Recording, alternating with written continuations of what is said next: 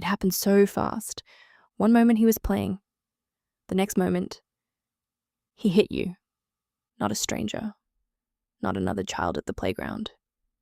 You, the person who feeds him, bathes him, reads him the same book 14 times in a row. And in the second after it happened, you felt something you were not expecting. Not just the sting, the shame. Because good children don't hit, and good parents raise good children. So what does this mean? I need you to hear this very carefully. It means your child's brain is working exactly as it should. And the response most parents reach for first is the one response the science says makes it worse. Before the science, I need to say something. The hitting phase is the most isolating experience in early parenting because you cannot post about it. You cannot laugh about it at playgroup. You cannot admit it without watching someone's face change. And so you carry it alone. The preschool teacher's careful look, the other parent at the park who saw it happen, the moment you caught yourself thinking, what is wrong with him? Nothing is wrong with him. Nothing is wrong with you. What is happening is one of the most well-documented neurological events in all of toddler development. And it has a name, it has a cause, and it has, completely, a solution. Drop "we are in this phase" in the comments right now, because you are not alone in this morning, not even close. To understand why your toddler hits, you need to understand one of the most important models in all of developmental neuroscience. Dr. Dan Siegel at UCLA, one of the world's leading authorities on the developing brain, describes the toddler brain using a model he calls flipping the lid. Picture your hand as a brain, your fingers folded over your thumb. Your thumb is the limbic system, the emotional brain. Your fingers are the prefrontal cortex, the thinking brain, the reasoning brain, the regulating brain. When your toddler is calm, the fingers stay folded, the lid stays on. When your toddler is overwhelmed, the fingers fly open, the lid flips, and a brain with its lid flipped cannot think, cannot reason, cannot respond to language. It can only act. Here is what nobody tells you about toddler hitting. It is not aggression. It is not defiance. It is not manipulation. It is not a character flaw developing in real time. It is a language gap. Your toddler has a feeling, enormous, overwhelming, completely real, and zero neurological infrastructure to express it in words. The frustration is real. The overwhelm is real. The want that is not being met is real. But the words are not there yet. And so the body does what bodies do when the words are gone. It acts. Dr. Bruce Perry at the ChildTrauma Academy has spent decades studying exactly this, the relationship between language development and physical expression in young children. His research shows that toddler hitting peaks precisely at the age when emotional complexity outpaces vocabulary development. The feeling arrives before the word for the feeling exists, and the hit is the feeling trying to get out. Now here is where the science becomes urgent. Research from Harvard's Center on the Developing Child shows that when a toddler hits, and the response is punishment, a raised voice, a timeout in isolation, a sharp, "No, we do not hit," the brain registers something specific, threat. And a brain that registers threat does not learn. It does not absorb the lesson. It does not make the connection between the hitting and the consequence. It escalates. The stress hormone cortisol floods the system. The lid flips further. The very behavior you are trying to stop gets louder. A study from Tulane University following 2,500 children showed that children who received physical punishment for aggressive behavior showed measurably higher aggression rates 2 years later. 2 years later, the punishment grew the behavior. This science is not subtle here. Now here is the part that changes everything. Dr. Ross Green at Harvard spent 30 years researching children with behavioral challenges. His conclusion, published and peer-reviewed, is this: children do well when they can, not when they are forced to, not when they are punished into compliance, when they can. The hitting is not a choice, it is a capacity gap. And the solution is not consequences, it is capacity building. Tell me in the comments, do you have a hitter right now? just drop yes below, because the next 3 things I'm about to give you work immediately. Starting today, 3 things, and not one of them requires you to ignore the behavior.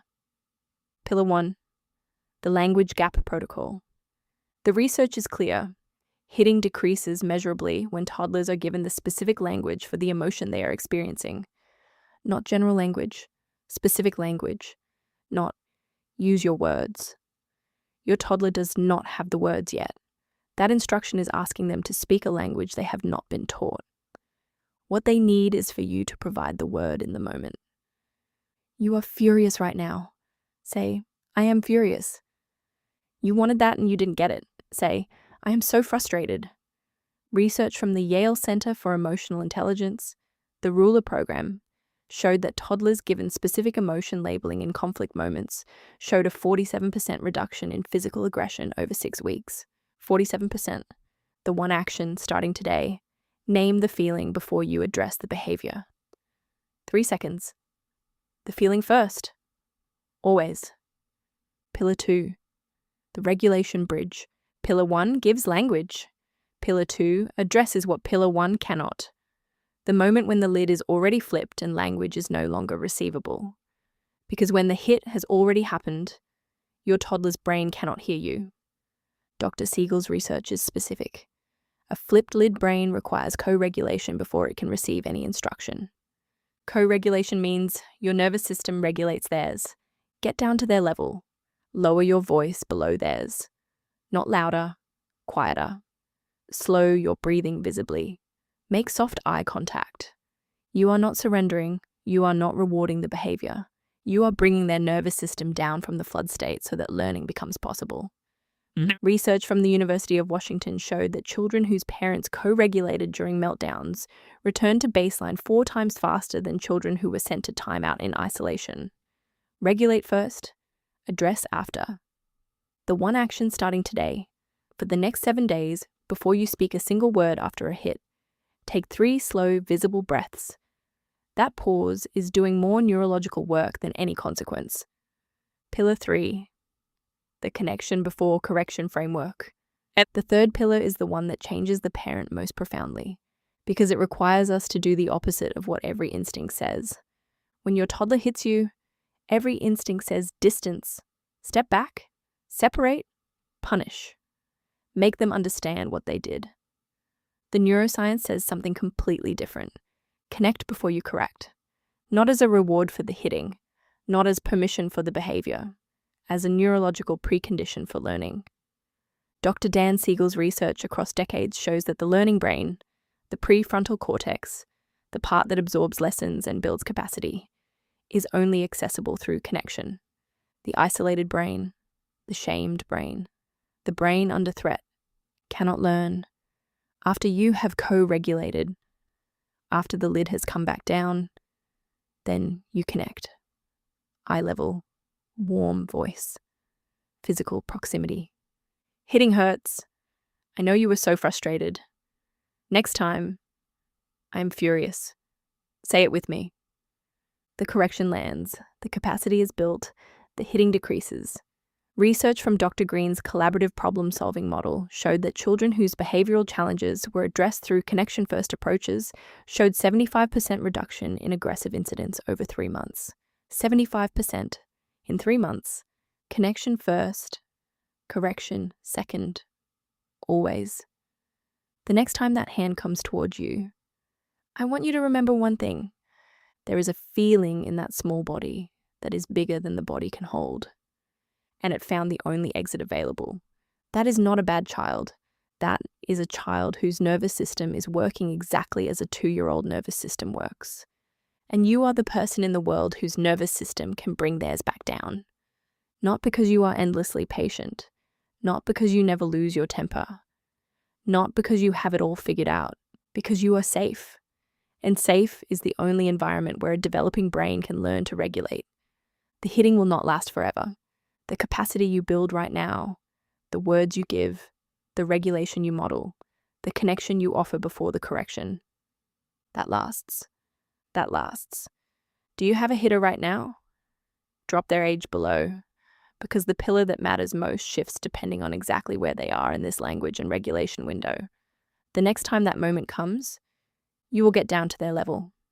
You will breathe first. You will say, "You are furious right now." Say, "I am furious." And one day, sooner than you think, they will say it because you gave them the word.